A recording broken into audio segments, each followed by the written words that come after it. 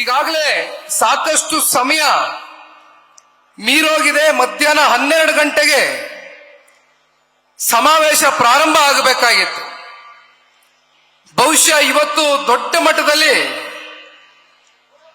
ಬೃಹತ್ ಸಂಖ್ಯೆಯಲ್ಲಿ ಇವತ್ತು ಈ ಕಾರ್ಯಕ್ರಮಕ್ಕೆ ತಾವೆಲ್ಲರೂ ಕೂಡ ಹಳ್ಳಿಗಳಿಂದ ಏನು ಆಗಮಿಸಿದ್ದೀರಿ. ವೇದಿಕೆ ಮೇಲೆ ಕೂತಾಗ ಸಾಕಷ್ಟು ಜನ ಸ್ಥಳೀಯ ಮುಖಂಡರುಗಳು, ಹಿಂದೆ ಮತ್ತಷ್ಟು ಜನ ಗಾಡಿಯಿಂದ ಇಳಿದಿದ್ದಾರೆ. ಆದರೆ ಬಂದು ಕೂತ್ಕೊಳ್ಳೋದಕ್ಕೆ ಬಹುಶಃ ಜಾಗವೇ ಇಲ್ಲ ಅಂತಕ್ಕಂಥದ್ದು ಬಂಡಪ್ಪಣ್ಣವರು ಏನು ಹೇಳ್ತಾ ಇದ್ದಾರೆ ಹಿಂದೆಯಿಂದ. ಇತ್ತೀಚಿನ ದಿನಗಳಲ್ಲಷ್ಟೇ ಹಾಸನ ಜಿಲ್ಲೆಯಲ್ಲಿ ನಡೆದಂತ ಜನತಾ ಸಮಾವೇಶ ಬಹುಶಃ ಇಡೀ ರಾಜ್ಯಕ್ಕೆ ಒಂದು ದೊಡ್ಡ ಸಂದೇಶವನ್ನ ತಂದುಕೊಟ್ಟಿದೆ. ಕಿತ್ತೂರು ಕರ್ನಾಟಕ ಭಾಗದಲ್ಲಿಯೂ ಕೂಡ ಅದೇ ರೀತಿಯಾದಂತ ಒಂದು ಬೃಹತ್ ಸಮಾವೇಶವನ್ನು ಆಯೋಜನೆ ಮಾಡಿಕೊಳ್ಬೇಕು ಅಂತಕ್ಕಂಥ ಆದೇಶವನ್ನ ಪಕ್ಷದ ವರಿಷ್ಠರು ಕೊಟ್ಟಂತ ಸಂದರ್ಭದಲ್ಲಿ ಬಹುಶಃ ಬಹಳ ಜನ ಅಂದ್ಕೊಂಡಿರ್ತಾರೆ, ಕಿತ್ತೂರು ಕರ್ನಾಟಕ ಭಾಗದಲ್ಲಿ ಜನತಾದಳ ಪಕ್ಷ ಎಲ್ಲಿದೆ ಅಂತ. ಆದರೆ ಕಿತ್ತೂರು ಕರ್ನಾಟಕ ಭಾಗದಲ್ಲಿ ಜನತಾದಳ ಪಕ್ಷ ಅತ್ಯಂತ ಸುಭದ್ರವಾಗಿದೆ, ಗಟ್ಟಿಯಾಗಿ ನೆಲೆ ಊರಿದೆ ಅಂತಕ್ಕಂಥ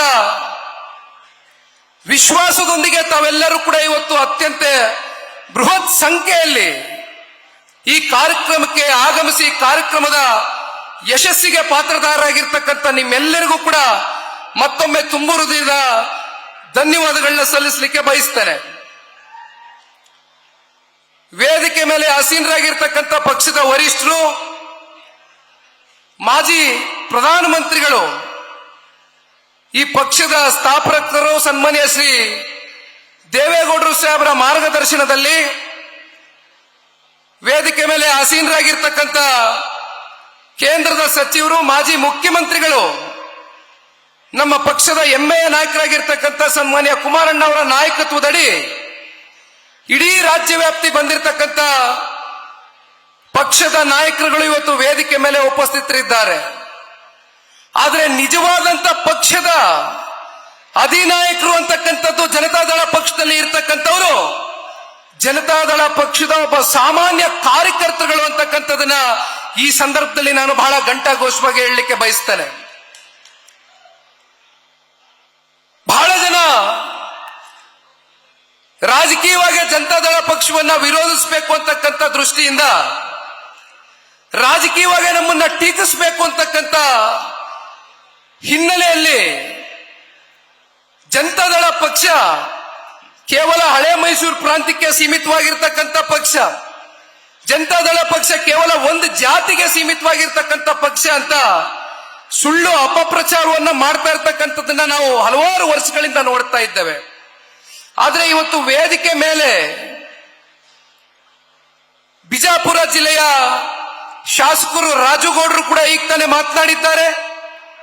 ಬಸವನ ಬಾಗೇವಾಡಿಯ ಮುಂಬರ್ತಕ್ಕಂಥ ದಿನಗಳಲ್ಲಿ ಶಾಸಕರಾಗ್ತಕ್ಕಂಥ ಅಪ್ಪುಗೌಡರು ಮಾತನಾಡಿದ್ದಾರೆ. ಜೊತೆಯಲ್ಲಿ ಇಂಡಿಯ ಅತ್ಯಂತ ಸಾಮಾನ್ಯರಲ್ಲಿ ಒಬ್ಬರಾಗಿ ಬಹುಶಃ ಅವರು ಮಾತಾಡಬೇಕಾದ್ರೆ ಅವರ ಮಾತಿನಲ್ಲಿ ಇದ್ದಂತ ಆ ನೋವನ್ನ, ಅವರ ಭಾವನೆಗಳನ್ನ ಅವರು ವೇದಿಕೆ ಮೂಲಕ ಏನು ಹಂಚ್ಕೊಂಡ್ರು. ಒಂದು ನಾನು ಬಿ ಡಿ ಪಾಟೀಲ್ರಿಗೆ ಈ ಸಂದರ್ಭದಲ್ಲಿ ಪಕ್ಷದ ಕಾರ್ಯಕರ್ತನಾಗಿ ಪಕ್ಷದ ವರಿಷ್ಠರ ಮುಂದೆ ತಿಳಿಸಲಿಕ್ಕೆ ಬಯಸ್ತೇನೆ. ಬಿ ಡಿ ಪಾಟೀಲ್ರು ಆರ್ಥಿಕವಾಗಿ ಸದೃಢರು ಇಲ್ಲದೆ ಇರಬಹುದು, ಆದರೆ ಅವರಲ್ಲಿ ಇರ್ತಕ್ಕಂಥ ಹೃದಯ ಶ್ರೀಮಂತಿಕೆ ಬಹುಶಃ ಮುಂದೊಂದು ದಿನ 2 ಚುನಾವಣೆಗಳಲ್ಲಿ ಸನ್ಮಾನ್ಯ ಕುಮಾರಣ್ಣ ಅವರು ಹಾಗೂ ಸನ್ಮಾನ್ಯ ದೇವೇಗೌಡರು ಸಾಹೇಬರು ಪಕ್ಷದಿಂದ ಅವರಿಗೆ ಇಂಡಿ ವಿಧಾನಸಭಾ ಕ್ಷೇತ್ರದಿಂದ ಸ್ಪರ್ಧೆ ಮಾಡತಕ್ಕಂಥ ಒಂದು ಅವಕಾಶವನ್ನ ಏನು ಕೊಟ್ಟಿದ್ರು. ಅತ್ಯಂತ ಅಲ್ಪ ಮತದಿಂದ ಅವರು ಪರಾರ್ಜಿತಗೊಂಡಿದ್ರು ಕೂಡ ಬಹುಶಃ ಅವರು ಅತ್ಯಂತ ಜನಪ್ರಿಯತೆ ಮತ್ತೆ ಜನಾನುರಾಗಿಗಳಾಗಿ ಇಂಡಿ ವಿಧಾನಸಭಾ ಕ್ಷೇತ್ರದಲ್ಲಿ ಇವತ್ತಿಗೂ ಕೂಡ ಹೋರಾಟದ ಕಿಚ್ಚನ್ನ ಬಿಡದೆ ಓಡ್ತಾ ಇರ್ತಕ್ಕಂಥದ್ದು ನೋಡಿದ್ರೆ 100ಕ್ಕೆ 100 ಇಂಡಿ ಭಾಗದಿಂದ ಬಂದಿರತಕ್ಕಂಥ ಎಲ್ಲ ತಂದೆ ತಾಯಂದಿರುಗಳು, ಯುವಕ ಮಿತ್ರರು ಮುಂದೊಂದು ದಿನ ಬಿ ಡಿ ಪಾಟೀಲ್ರನ್ನ ಶಾಸಕರಾಗಿ ಮಾಡ್ತೀರಾ ಅಂತಕ್ಕಂಥ ಸಂಪೂರ್ಣ ಆತ್ಮವಿಶ್ವಾಸ ಈ ಪಕ್ಷದ ಒಬ್ಬ ಯುವ ಕಾರ್ಯಕರ್ತನಾಗಿ ನನ್ನಲ್ಲಿದೆ. ಪಾಪ ಕೇಳ್ತೀರಾ, ಜನತಾದಳ ಪಕ್ಷ ಒಂದು ಜಾತಿಗೆ ಸೀಮಿತ ಅಂತ.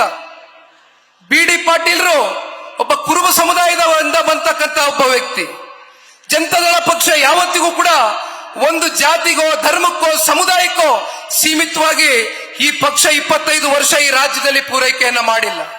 ಹಾಗಾಗಿ ಬಿ.ಡಿ. ಪಾಟೀಲ್ರು ಇವತ್ತು ಒಂದು ಸಣ್ಣ ಉದಾಹರಣೆ ನಮ್ಮ ಕಣ್ಮುಂದೆ ಇದ್ದಾರೆ.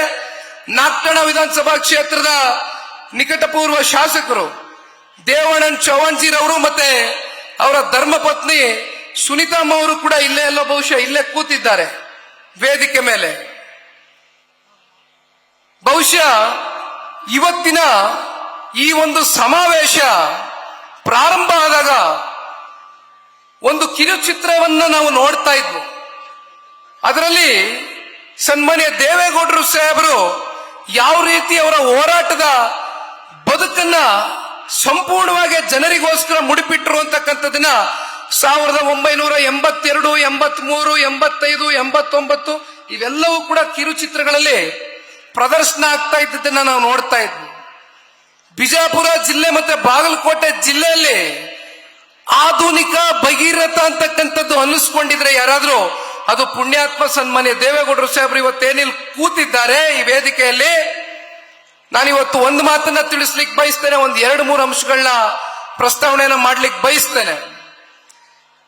1983ರಲ್ಲಿ ಮೊದಲನೇ ಬಾರಿ ಸನ್ಮಾನ್ಯ ದೇವೇಗೌಡರು ಸಾಹೇಬರು ನೀರಾವರಿ ಸಚಿವರಾಗಿ ಕೆಲಸವನ್ನ ಏನೋ ಕೈಗೆ ಎತ್ಕೊಂಡ್ರು. ಬಹುಶಃ ಅವತ್ತಿನ ಸಂದರ್ಭದಲ್ಲಿ ಗುತ್ತಿಗೆದಾರರು ಮತ್ತೆ ಅಧಿಕಾರಿಗಳ ಮಧ್ಯೆ ಸಾಕಷ್ಟು ವಿವಾದಗಳಿತ್ತು. ಆ ವಿವಾದಗಳು ಬಹಳ ಕಾಲದಿಂದ ನಿರಂತರವಾಗಿ ನಡ್ಕೊಂಡ್ ಬರ್ತಾ ಇತ್ತು. ಆದ್ರೆ ಆ ವಿವಾದಕ್ಕೆ ಅಂತಿಮ ತೆರೆಯನ್ನ ಎಳೆದು ಒಂದು ಸೆಟಲ್ಮೆಂಟ್ ಫಾರ್ಮುಲಾ ಅಂತಕ್ಕಂಥದನ್ನ ಜಾರಿ ಮಾಡ್ತಾರೆ. ಬಹುಶಃ ಅದು ಮಾಡುವ ಮೂಲಕ ಮತ್ತೆ ಏನೇನು ನೆನೆಗುದ್ದಿಗೆ ಬಿದ್ದಂತ ನೀರಾವರಿ ಯೋಜನೆಗಳಿಗೆ ಮರುಜೀವವನ್ನು ತಂದುಕೊಟ್ಟಂತವ್ರು ಇದೇ ಸನ್ಮಾನ್ಯ ದೇವೇಗೌಡರು ಸಾಹೇಬರು. ಮತ್ತೆ ಬಿಜಾಪುರಕ್ಕೆ ಬರ್ತಾ ಇದ್ದಂಗೆ ನಾವೆಲ್ಲರೂ ಕೂಡ ಆಲ್ಮಟ್ಟಿ ಬಗ್ಗೆ ಚರ್ಚೆ ಮಾಡ್ತೇವೆ. ಕಾರ್ಯಕರ್ತರು ಯಾವಾಗ್ಲೂ ಹೇಳ್ತಾ ಇರ್ತೀರಿ, ಆಲ್ಮಟ್ಟಿ ಗೋಡೆಯನ್ನ ಎತ್ತರ ಮಾಡಿದ್ರು ಅಂತ. ಗೋಡೆಯನ್ನ ಎತ್ತರ ಮಾಡ್ತಕ್ಕಂಥದ್ದು ಬಹುಶಃ ಹಂತವಾಗಿ ನಡೀತಾ ಇರ್ತಕ್ಕಂಥ ಆ ಹಿಂದಿನ ಸಂಪ್ರದಾಯ ಏನಿತ್ತು ಅದಕ್ಕೂ ಮೀರಿ ದೇವೇಗೌಡರು ಸಾಹೇಬರು ಒಂದು ಆಲೋಚನೆಯನ್ನ ಮಾಡಿದ್ರು.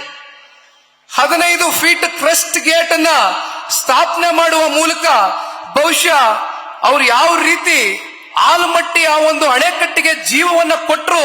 ಈ ಭಾಗದ 15 ಲಕ್ಷ ಎಕರೆಗೂ ಹೆಚ್ಚಿನ ರೈತರುಗಳ ಒಂದು ಜಮೀನಿಗೆ ಇವತ್ತು ಒಂದು ಹಸಿರು ಕ್ರಾಂತಿಯ ಒಂದು ಪರಿವರ್ತನೆಯನ್ನ ತಂದುಕೊಟ್ಟಂತವ್ರು ಬಹುಶಃ ಇದೇ ಸನ್ಮಾನ್ಯ ದೇವೇಗೌಡರು ಸಾಹೇಬರು ಅಂತಕ್ಕಂಥದನ್ನ ಹೇಳಲಿಕ್ಕೆ ಬಯಸ್ತಾನೆ. ಮತ್ತೆ 89ನೇ ಇಸ್ವಿನಲ್ಲಿ ಸನ್ಮಾನ್ಯ ದೇವೇಗೌಡರು ಸಾಹೇಬರು ಅಮೆರಿಕಾಗೆ ಹೋಗ್ತಾರೆ. ವರ್ಲ್ಡ್ ಬ್ಯಾಂಕ್ ನ ಅಧಿಕಾರಿಗಳ ಜೊತೆ ಕೂತು ಚರ್ಚೆಯನ್ನ ಮಾಡ್ತಾರೆ. ಯಾವ್ಯಾವ ನಮ್ಮ ರಾಜ್ಯದಲ್ಲಿ ನೆನೆಗುದಿಗೆ ಬಿದ್ದಿರ್ತಕ್ಕಂಥ ನೀರಾವರಿ ಯೋಜನೆಗಳಿದೆ, ವರ್ಲ್ಡ್ ಬ್ಯಾಂಕ್ ನ ಅಧಿಕಾರಿಗಳ ಜೊತೆ ಕೂತು ಚರ್ಚೆಯನ್ನ ಮಾಡಿ $325 ಮಿಲಿಯನ್ ಅಂದ್ರೆ ಬಹುಶಃ ಅಂದಿಗೆ ಸಾವಿರಾರು ಕೋಟಿ ರೂಪಾಯಿಯಷ್ಟು ಅವತ್ತು ಅನುದಾನವನ್ನು ಸನ್ಮಾನ್ಯ ದೇವೇಗೌಡರು ಸಾಹೇಬರು ತಗೊಂಡ್ ಬರ್ತಕ್ಕಂಥದಕ್ಕೆ ಕಾರಣಕರ್ತರಾಗ್ತಾರೆ. ಈ ರೀತಿ ಅನೇಕ ಕಾಮಗಾರಿಗಳು ಬಹುಶಃ ಅವರು ಮಾಡಿರ್ತಕ್ಕಂಥದ್ನ ಇವತ್ತು ಬಹುಶಃ ಮಾತನಾಡ್ತಕ್ಕಂಥದಕ್ಕೆ ಪದಗಳಲ್ಲಿ ಇವತ್ತು ಅದನ್ನ ವರ್ಣಿಸ್ಲಿಕ್ಕಾಗೋದಿಲ್ಲ. ಅನೇಕ ವಿಚಾರಗಳಿದೆ. ಮತ್ತೊಂದು ಕಡೆ ಕಾಂಗ್ರೆಸ್ನವ್ರು ಏನಪ್ಪಾ ಮಾಡ್ತಾರೆ ಅಂದ್ರೆ, ಇದೇ 2013ರಲ್ಲಿ ವಿಧಾನಸಭೆಯ ಸಾರ್ವತ್ರಿಕ ಚುನಾವಣೆ ಬರುತ್ತೆ. ಆಗ ಬರ್ತಾರೆ, ಕಾಂಗ್ರೆಸ್ನ ನಡೆ ಕೃಷ್ಣ ಕಡೆಗೆ ಅಂತ ಹೇಳ್ತಾರೆ. ಎಲ್ಲರಿಗೂ ಬಹುಶಃ ಜ್ಞಾಪಕ ಇರಬೇಕು, ಕಾಂಗ್ರೆಸ್ನ ನಡಿಗೆ ಕೃಷ್ಣ ಕಡೆಗೆ ಅಂತ ಹೇಳಿ ಪಾದಯಾತ್ರೆ ಮಾಡಿದವರು, ಆಣೆ ಪ್ರಮಾಣ ಮಾಡಿದವರು, ವರ್ಷಕ್ಕೆ 10,000 ಕೋಟಿ, 5 ವರ್ಷಕ್ಕೆ 50,000 ಕೋಟಿಯನ್ನ ಇಡ್ತೇವೆ ಅಂತಕ್ಕಂಥದ್ದನ್ನ ಹೇಳಿದವರು. ಮತ್ತೇನಾಗುತ್ತೆ, UKP 3ನೇ ಹಂತ 17,000 ಕೋಟಿ ಅವತ್ತು ಸಂಪೂರ್ಣಗೊಳಿಸಬಹುದಾಗಿತ್ತು, 17,000 ಕೋಟಿ ರೂಪಾಯಿ ವೆಚ್ಚದಲ್ಲಿ UKP 3ನೇ ಹಂತ. ಆದ್ರೆ ಸುಳ್ಳು ಭರವಸೆಗಳನ್ನ ಕೊಟ್ಟು ಬಂದಂತ ಕಾಂಗ್ರೆಸ್ನವರು ಸಂಪೂರ್ಣ ಬಹುಮತದಿಂದ ಸರ್ಕಾರವನ್ನ ಮಾಡ್ತಾರೆ, ಆಡಳಿತವನ್ನ ಮಾಡ್ತಾರೆ. ಆದ್ರೆ ಕೊಟ್ಟಂತ ಭರವಸೆಯಲ್ಲಿ ಕನಿಷ್ಠ ಪಕ್ಷ ಅರ್ಧನಾದ್ರೂ ಭರವಸೆಯನ್ನ ಈಡೇರಿಸ್ತಕ್ಕಂಥದ್ರಲ್ಲಿ ಸಂಪೂರ್ಣವಾಗಿ ವಿಫಲರಾಗ್ತಾರೆ ಕಾಂಗ್ರೆಸ್ನವರು. ಅವರು ಮಾಡಿದಂತ ಪಾಪದ ಫಲವೇ 17,000 ಕೋಟಿಗೆ ಇದ್ದಂತಹ ಒಂದು ಪ್ರಾಜೆಕ್ಟ್ ಕಾಸ್ಟ್ ಏನಿತ್ತು, ಆ ಕಾಸ್ಟ್ ಎಸ್ಕಿಲೇಷನ್ ಆಗಿ 87,000 ಕೋಟಿಗೆ ಇವತ್ತು ಹೋಗಿ ತಲುಪಿದೆ. ಹತ್ತತ್ರ 70,000 ಕೋಟಿಯಷ್ಟು 17,000 ಕೋಟಿಗೆ ಆಗ್ಬೇಕಾದಂತ ಕಾಮಗಾರಿ ಸಂಪೂರ್ಣ ಕಾಸ್ಟ್ ಎಸ್ಕಿಲೇಷನ್ ಆಗಿ ಗಗನಕ್ಕೆ ಹೋಗಿ ತಲುಪಿದೆ. ಮತ್ತೆ 2023 ಮೊನ್ನೆ ನಡೆದಂತ ಸಾರ್ವತ್ರಿಕ ವಿಧಾನಸಭಾ ಚುನಾವಣೆಯಲ್ಲಿ ಅಲ್ಲಿಯೂ ಒಂದು ಮಾತು ಕೊಡ್ತಾರೆ. ಏನ್ ಹೇಳ್ತಾರೆ? ಇಡೀ ರಾಜ್ಯದಲ್ಲಿ ನೆನೆಗುದ್ದಿಗೆ ಬಿದ್ದಿರ್ತಕ್ಕಂಥ ನೀರಾವರಿ ಯೋಜನೆಗಳಿಗೆ 2 ಲಕ್ಷ ಕೋಟಿ ಕೊಡ್ತೀವಿ 5 ವರ್ಷದಲ್ಲಿ ಅಂತ ಪ್ರಣಾಳಿಕೆಯಲ್ಲಿ ಇದೇ ಕಾಂಗ್ರೆಸ್ನವರು ಹೇಳ್ಕೊಂಡಿದ್ದಾರೆ. ಅಂದ್ರೆ ವರ್ಷಕ್ಕೆ 40,000 ಕೋಟಿ. ಇಲ್ಲಿಯವರೆಗೂ ಎಷ್ಟು ಕೊಡಕ್ಕಾಗಿದೆ? ಜಲಸಂಪನ್ಮೂಲ ಇಲಾಖೆಯಿಂದ ನೀಡಬೇಕಾಗಿರ್ತಕ್ಕಂಥ ಹಣ ಏನು ನೀರಾವರಿಯ ಯೋಜನೆಗಳಿಗೆ, ಆ ಹಣವನ್ನು ಕೂಡ ಇವತ್ತು ಗ್ಯಾರಂಟಿ ಯೋಜನೆಗಳಿಗೆ ಬಳಕೆ ಮಾಡಿಕೊಂಡು ಇವತ್ತು ಸಂಪೂರ್ಣವಾಗಿ ನಮ್ಮ ರಾಜ್ಯದಲ್ಲಿ ಎಲ್ಲ ನೀರಾವರಿ ಯೋಜನೆಗಳಿಗೂ ಕೂಡ ಇವತ್ತು ಒಂದು ಸ್ಥಗಿತವನ್ನು ಹಾಕಿರ್ತಕ್ಕಂಥದ್ದು ಇದೇ ಕಾಂಗ್ರೆಸ್ನ ಪಕ್ಷ. ಇವತ್ತು ಸನ್ಮಾನ್ಯ ಕುಮಾರಣ್ಣ ಅವರು ಈ ವೇದಿಕೆ ಮೇಲೆ ಕುಳಿತಿದ್ದಾರೆ. ಕುಮಾರಣ್ಣ ಅವರು ಈ ರಾಜ್ಯದ ಮುಖ್ಯಮಂತ್ರಿಗಳಾದಾಗ ಒಂದು ಸುವರ್ಣ ಯುಗ ಕರ್ನಾಟಕ ರಾಜ್ಯ ನೋಡಿದಂತ ದಿನಗಳು. ಬಹುಶಃ ಇವತ್ತು ನಾವು ನೀವು ಅನೇಕ ಬಾರಿ ಚರ್ಚೆ ಮಾಡ್ತಾ ಇರ್ತೇವೆ. 2 ಬಾರಿ ರೈತರ ಸಾಲ ಮನ್ನಾ ಮಾಡಿದ್ದಾರೆ. ಜೊತೆಯಲ್ಲಿ ಗ್ರಾಮ ವಾಸ್ತವ್ಯ ಅಂತಕ್ಕಂಥ ಯೋಜನೆಗಳು, ಭಾಗ್ಯಲಕ್ಷ್ಮಿ ಯೋಜನೆ ಇರ್ಬೋದು, ಸೈಕಲ್ ವಿತರಣೆ ಕಾರ್ಯಕ್ರಮಗಳಿರ್ಬೋದು, ಸಾರಾಯಿ ಲಾಟ್ರಿಯನ್ನ ನಿಷೇಧ ಮಾಡದಂತದ್ದು ಇರ್ಬೋದು. ಈ ರೀತಿ 10 ಹಲವಾರು ಕಾರ್ಯಕ್ರಮಗಳನ್ನ ಅತ್ಯಂತ ಅಲ್ಪ ಅವಧಿಯಲ್ಲಿ ಕೊಟ್ಟಂತದ್ದು ಸನ್ಮಾನ್ಯ ಕುಮಾರಣ್ಣ ಅವರು. ಪಾಪ ಬಹಳ ಜನ ನಮ್ಮನ್ನ ಹೀಯಾಳಿಸ್ತಾ ಇರ್ತಾರೆ. ಜನತಾದಳ ಪಕ್ಷ ಸಂಪೂರ್ಣ ಬಹುಮತದಿಂದ ಈ ರಾಜ್ಯದಲ್ಲಿ ಸರ್ಕಾರವನ್ನು ಸ್ಥಾಪನೆ ಮಾಡಕ್ ಆಗೋದಿಲ್ಲ ಅಂತ ವಿರೋಧಿಗಳಿಗೆ ಇವತ್ತು ಈ ವೇದಿಕೆ ಮೂಲಕ ನಾನೊಂದು ಮಾತನ್ನ ತಿಳಿಸ್ಲಿಕ್ಕೆ ಬಯಸ್ತೇನೆ. ಯುದ್ಧದಲ್ಲಿ ಸೈನಿಕರು ಎಷ್ಟು ದೊಡ್ಡ ಗಾತ್ರದಲ್ಲಿ ಇದ್ದಾರೆ ಅಂತಕ್ಕಂಥದ್ದು ಮುಖ್ಯ ಅಲ್ಲ. ಸೈನ್ಯಾಧಿಪತಿಗೆ ಇರ್ತಕ್ಕಂಥ ಧೈರ್ಯ ಎಂತದ್ದು ಅಂತಕ್ಕಂಥದ್ದು ಮುಖ್ಯ. ನಮ್ಮ ಸೈನ್ಯಾಧಿಪತಿಗೆ ಇರ್ತಕ್ಕಂಥ ಧೈರ್ಯ ಮತ್ತೆ ಆ ದಾರಿ ಬಹುಶಃ ಮುಂದೊಂದು ದಿನ ಜನತಾದಳ ಪಕ್ಷವನ್ನ ಜನತಾ ಸರ್ಕಾರ ಮತ್ತೆ NDA ಮಿತ್ರಕೂಟದ ಸರ್ಕಾರವನ್ನ ಮುಂದೊಂದು ದಿನ ನಾವೆಲ್ಲರೂ ಕೂಡ ಕಾಣ್ತೇವೆ. ಕುಮಾರಣ್ಣ ಅವರು ನಾಯಕರಷ್ಟೇ ಅಲ್ಲ, is just not a leader, is the total majority ಅಂತಕ್ಕಂಥದ್ದು ಮುಂಬರ್ತಕ್ಕಂಥ ದಿನಗಳಲ್ಲಿ ಬಹುಶಃ ಸಾಬೀತು ಮಾಡ್ತಕ್ಕಂಥ ದಿನ ಬಹಳ ದೂರ ಇಲ್ಲ ಅಂತಕ್ಕಂಥದನ್ನ ಈ ಸಂದರ್ಭದಲ್ಲಿ ನಾನು ಬಹಳ ಗಟ್ಟಿಯಾಗಿ ಕಾರ್ಯಕರ್ತನಾಗಿ ನಂಬಿದ್ದೇನೆ. ಬಹಳ ಜನ ಮಾಧ್ಯಮದ ಸ್ನೇಹಿತರು ಬೆಳಗ್ಗೆಯೂ ಕೂಡ ನನಗೆ ಪ್ರಶ್ನೆ ಮಾಡ್ತಾ ಇದ್ರು, ಸರ್ 3 ವರ್ಷ ಆಯ್ತು, ಯಾವಾಗ ಬೀದಿಗಿಳಿತೀರಿ, ಯಾವಾಗ ಹೋರಾಟ ಮಾಡ್ತೀರಿ, ಯಾವಾಗ ಕೈಗೆ ಎತ್ಕತ್ತೀರಿ? ಎಲ್ಲರೂ ಕೂಡ ಬೇಸತ್ತಿದ್ದಾರೆ, ನಿಮ್ಮ ಪಕ್ಷ ಯಾವಾಗ ಬೀದಿಗಿಳಿತೀರಿ ಅಂತ. ನಾವು ಒಂದು ಸ್ವಲ್ಪ ಸಮಯ ಕೊಡೋಣ ಅಂತ ಕಾಯ್ತಾ ಇದ್ವಿ. ಪಕ್ಷ ಸಂಘಟನೆ ದೃಷ್ಟಿಯಿಂದ ರಾಜ್ಯ ಪ್ರವಾಸ ಹೆಚ್ಚು ಕಮ್ಮಿ ಮುಕ್ತಾಯ ಆಗ್ತಾ ಬಂದಿದೆ. ಮುಂದಿನ ತಿಂಗಳಿಂದ ಸನ್ಮಾನ್ಯ ದೇವೇಗೌಡರು ಸಾಹೇಬರ ಮಾರ್ಗದರ್ಶನವಿದೆ.